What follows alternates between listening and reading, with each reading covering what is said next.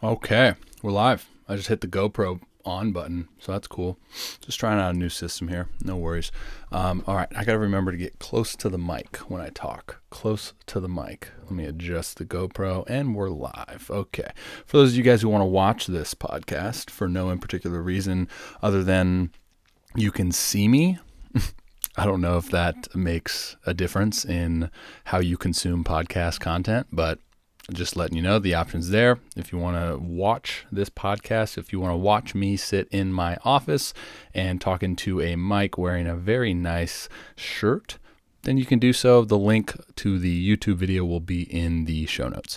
All right, so today's episode, I threw up a IG question box yesterday, and I just wanted to know what y'all were wanting to listen to.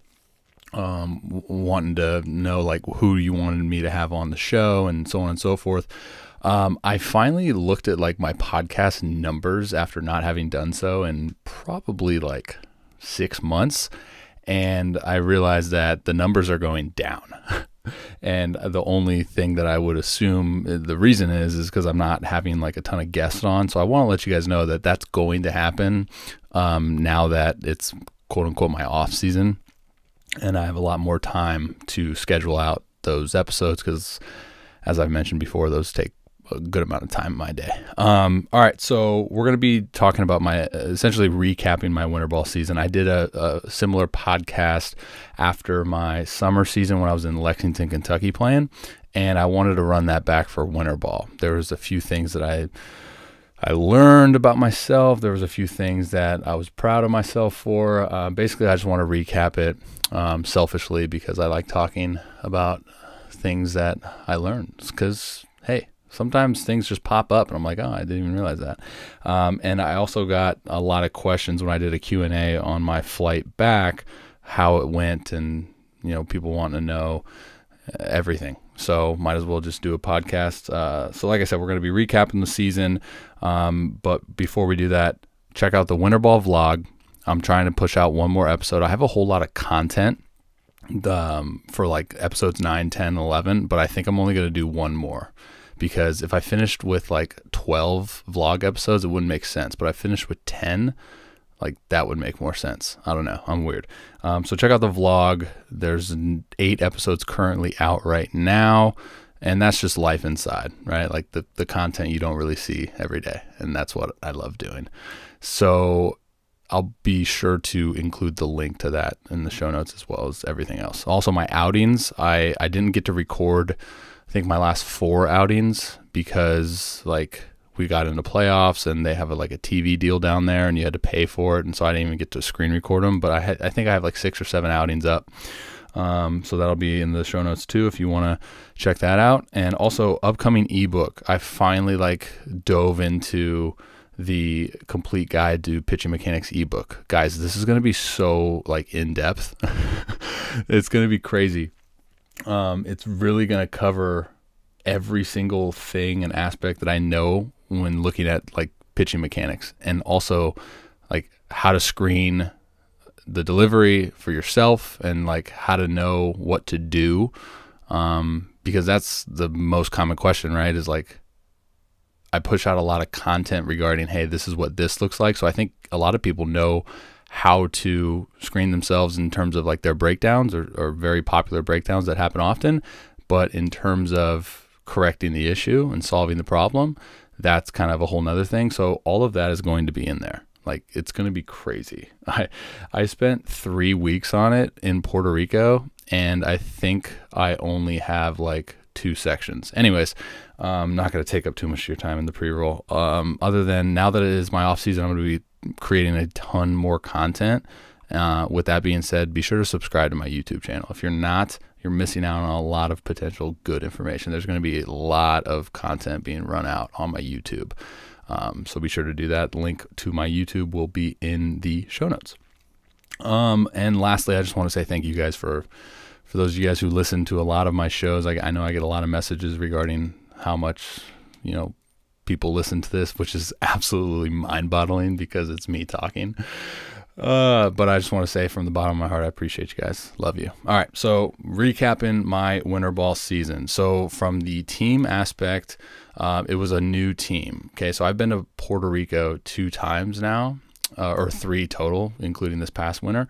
But the other 2 times I was in Caguas, and those were fantastic experiences. We won 2 championships. We went to the Caribbean Series both times. It was crazy. So this year, it was my first season with the Mayaguez team, and it was a completely like new experience because it's the other side of the island. And I was making a joke to the GM before I left and saying, he was like asking me how I liked it and stuff, and I was saying, well, it was a lot different because on the other side of the island you have San Juan, and that's where like a lot of tourists are, and a lot of people speak English. And the side of the island that I was on this past winter, not a lot of people speak English, so I had to really be intentional with my Spanish speaking. And by that I mean I didn't learn anything.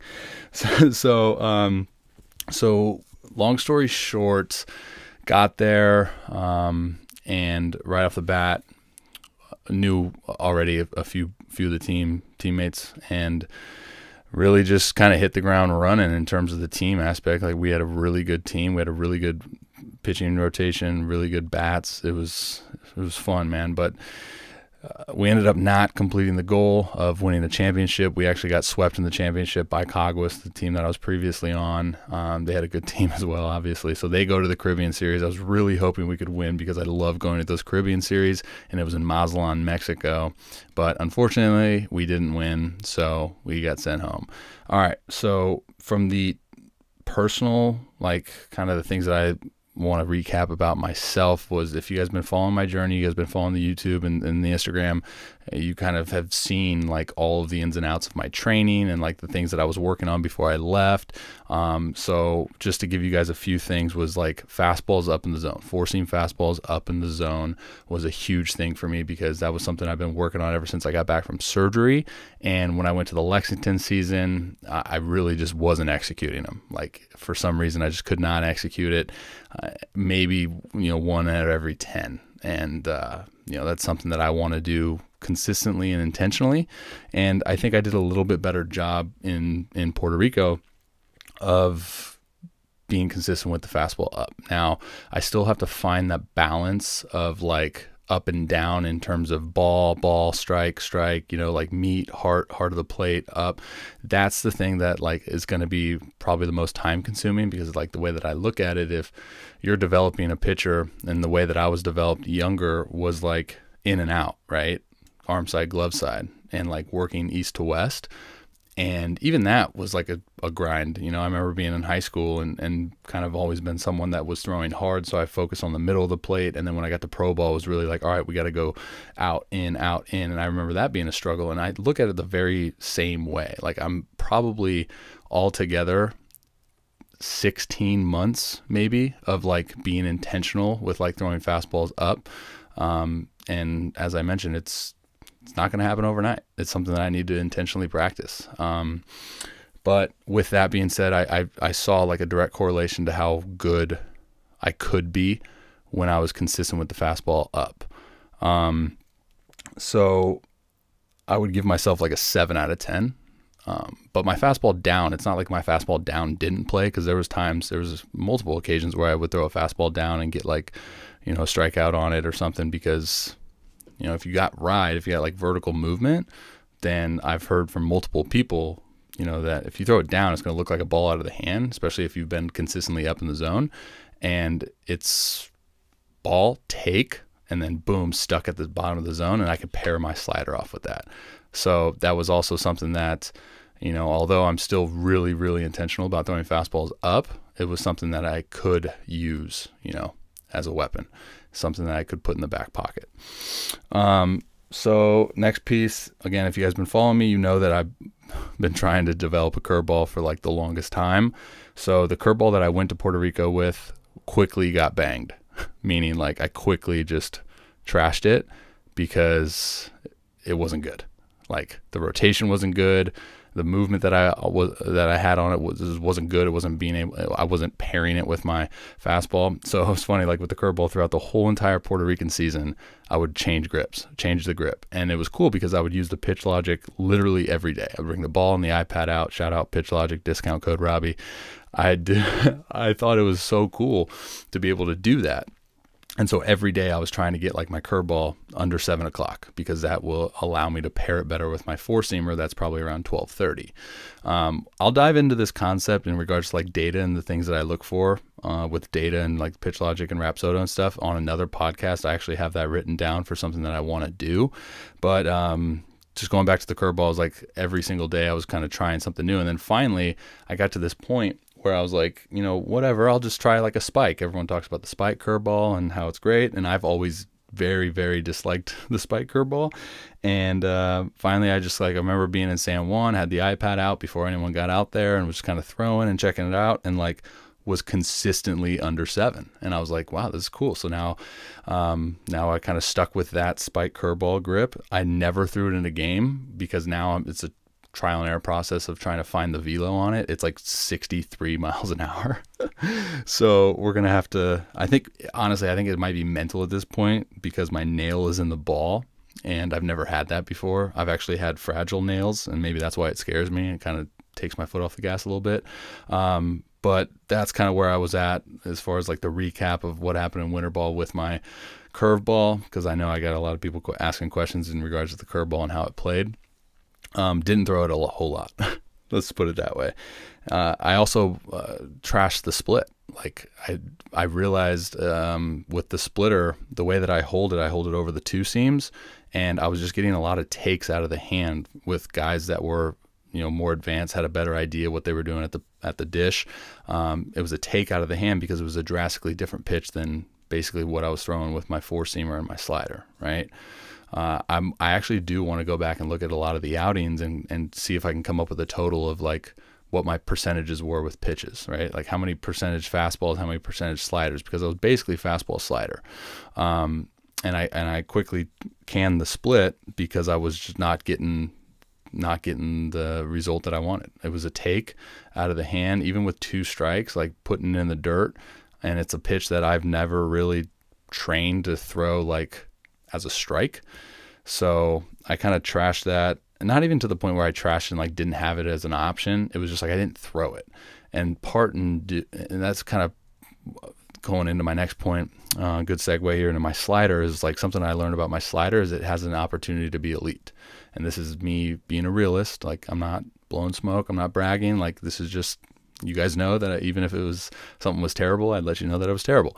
But with my slider, just throughout the course of the winter, it was very consistent. It was there. It was a good pitch, got a lot of strikeouts on it, could put it essentially where I wanted, early in counts, late in counts, in the dirt, lefties, righties, didn't really matter. I'm sure my splits were relatively the same too as far as righties and lefties go. But it was something that was good. And it's tough too, because I look at it and be like, all right, well, if the slider is probably my best pitch, well, besides like the fastball, best secondary pitch, then it's like, how much do I need the curveball? How much do I need the split? How much do I need like a changeup or something like that? And that's where I struggle with, and that's kind of the next bulleted point, was like my struggle was like every single time I would go out, I was trying to like prove that I could do more, I could do something else. And you guys have known me for a while now. So like, that's something that I've always kind of struggled with. But that was just something that going forward, I think me being a perfectionist, it's always going to happen, but I need to kind of balance that. Meaning if I went out and had like practice, I'd throw 78% throws being a curveball, and I wouldn't throw any sliders for like 2 days in a row. So my my overall maintenance of like my arsenal, I think, just needs to be better, because there's a big part of me that is so wanting to have a really good curveball. I just think that's like the coolest thing in the world for some reason, and that maybe could hurt me in the long run. So as far as the velo played, I was actually 92 to 95, 96, I think it was. Probably sat 93, 95. That was something that I thought would be a lot better. The last like 3 pens that I had here before I left was 94, 96. And I've always kind of been someone that threw harder in games. So I expected my velo to be a little bit up.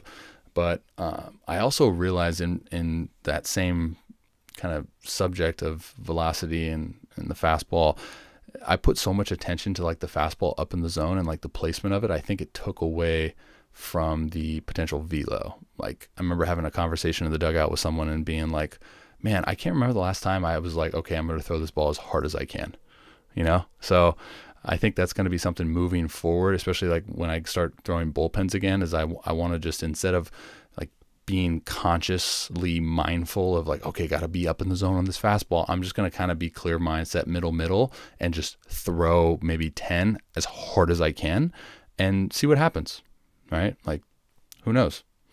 Because I know right now I do need something, like I need a physical cue that is going to better allow me to be consistent up in the zone, because I want my misses up, right? Like my misses in Winterball, they got better as I went on, but they were uncompetitive misses in my opinion, because they weren't up, right? Like they were down, maybe in, away, like, I don't know.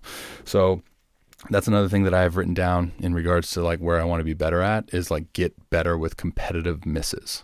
That's a huge component to being an elite pitcher, is the hitter's got to lock in for every pitch, right? And every pitch serves a purpose, even if it's a ball.